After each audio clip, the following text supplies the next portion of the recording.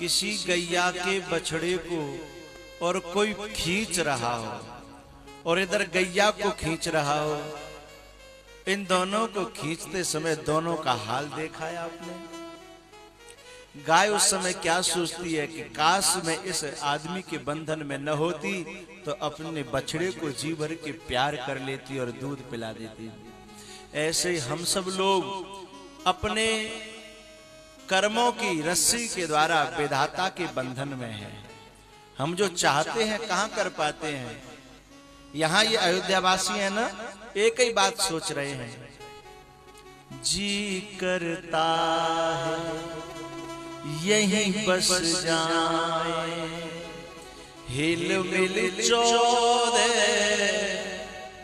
बरस बिताए, हिल मिल 14 बरस बिताए।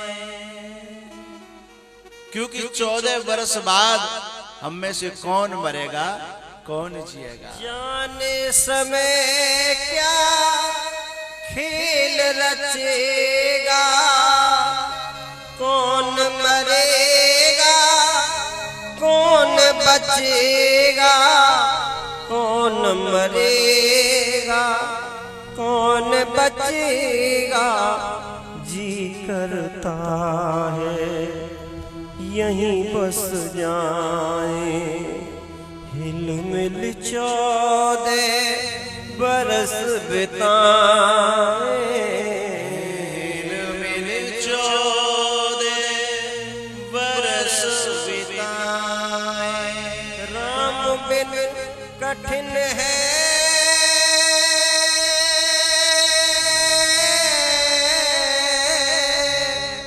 राम बिन कठिन है, हाँ राम बिन कठिन है, 2 घड़ी बितानी, राम भक्त ले चला रे राम की निशानी। जनक जी महाराज जब सीता जी को छोड़ रहे थे ना, और सुने ना, ये बेटियां भारत की, विदेशों का तो मुझे पता नहीं, भारत की जो बेटियां हैं ना, वो अपने माँ बाप के दिल को इतना जीत लेती हैं, इतना जीत लेती हैं, कठोर से कठोर बाप भी अपनी बेटी को विदा करते समय रो पड़ता है। औरों की तो बात छोड़ो, ऐसा व्यक्ति भी रोता है विदा करते समय इस भारत की बेटियों को।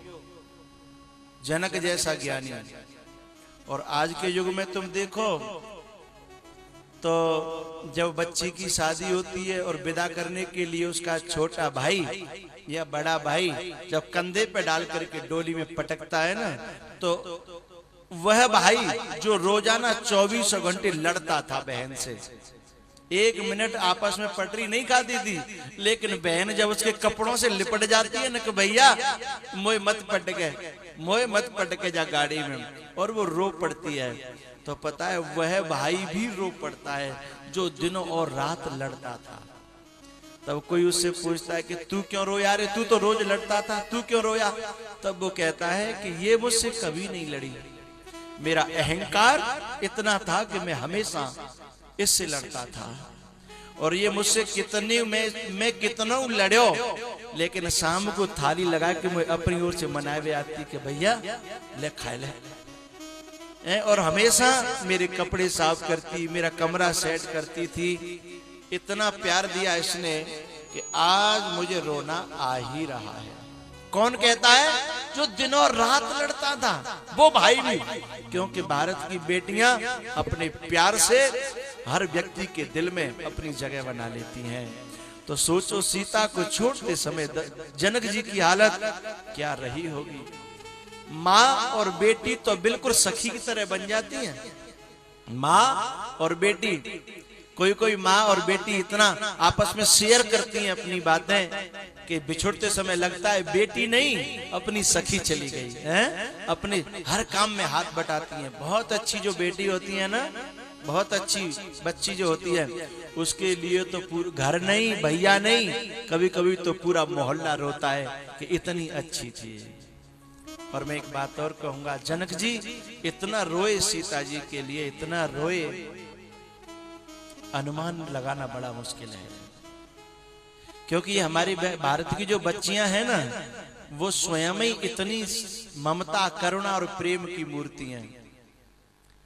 इसका प्रमाण मैं आपको दे रहा हूं।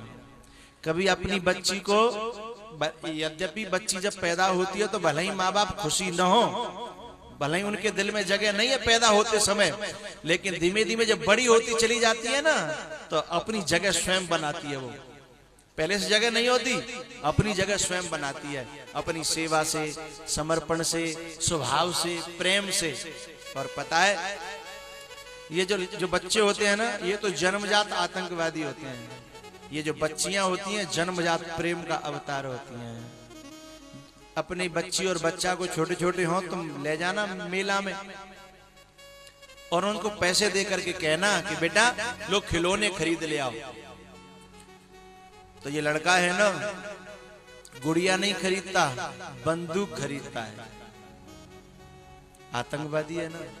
लेकिन बच्ची कभी बंदूक नहीं खरीदेगी, बच्ची एक छोटी सी गुड़िया खरीदेगी या गुड्डा खरीदेगी, है ना।